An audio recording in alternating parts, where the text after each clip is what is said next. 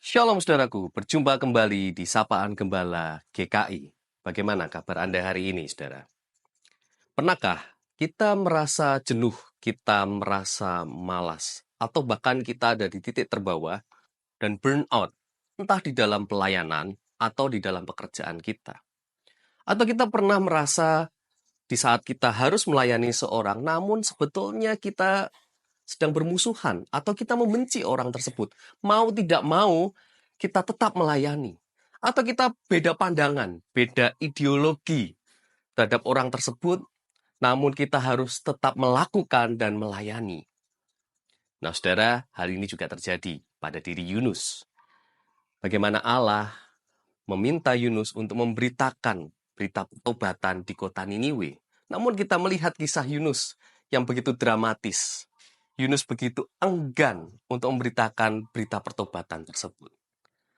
Banyak penafsir mengatakan, bagian ini adalah khotbah tersingkat penuh dengan keengganan yang ada pada Yunus pasal yang ketiga, ayat yang keempat. Yunus berkhotbah pada waktu itu dan mengatakan, 40 hari kota Niniwe akan ditunggang balikan. Hanya itu saja, saudara-saudara. Yunus tidak menjelaskan lebih detail dari siapa berita itu. Bagaimana melakukan pertobatan, Yunus hanya mengatakan bahwa 40 hari lagi Niniwe akan ditunggang balikan. Khotbah tersingkat dengan penuh keengganan. Namun kita melihat dampaknya, saudara-saudara. Kota Niniwe, dari raja, masyarakat, bahkan hingga hewan-hewan ternak, melakukan pertobatan itu dengan segenap hati. Ternyata meskipun berita pertobatan itu begitu singkat dan penuh keengganan, tetap saja dampaknya luar biasa. Tetap saja kita melihat kuasa Allah bekerja. Dan masyarakat Niniwe akhirnya menjalani pertobatan itu. Allah pun hingga tergerak hatinya. Ini kita melihat ya bahwa pertobatan ini bukan hanya lip service, tapi benar-benar dilakukan dan diakui oleh Allah. Saya percaya saudara-saudara, Allah tetap bekerja pada diri Yunus dengan segala keterbatasan dan keengganannya.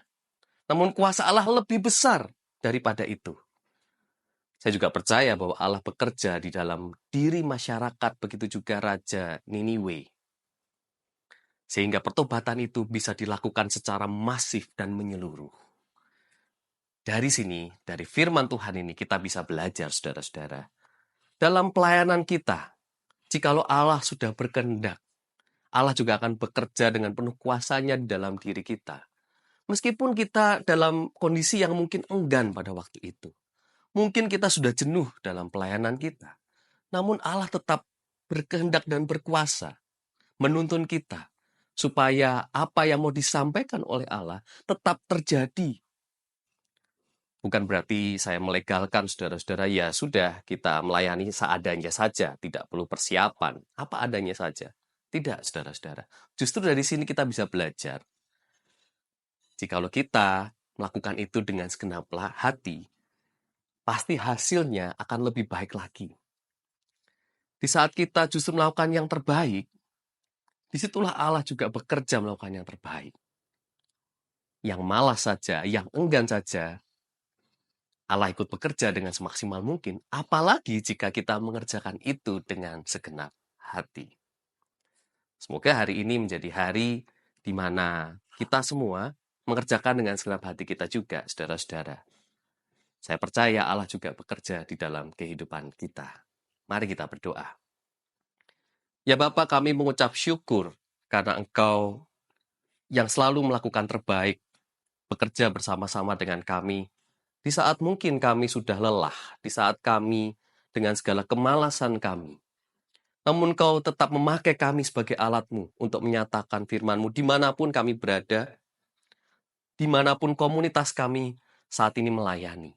Kami percaya Tuhan, kuasa-Mu yang nyata, yang mampu mengubahkan dan memberi dampak bagi orang lain, bagi orang-orang di sekitar kami juga.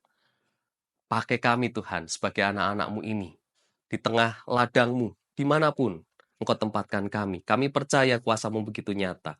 Engkau yang terus menggerakkan hati kami dan memberikan kami semangat Tuhan untuk kami dapat melayani. Terima kasih Bapa, di dalam nama Tuhan Yesus Kristus kami berdoa. Amin. Tuhan berkati kita semua. Have a nice day.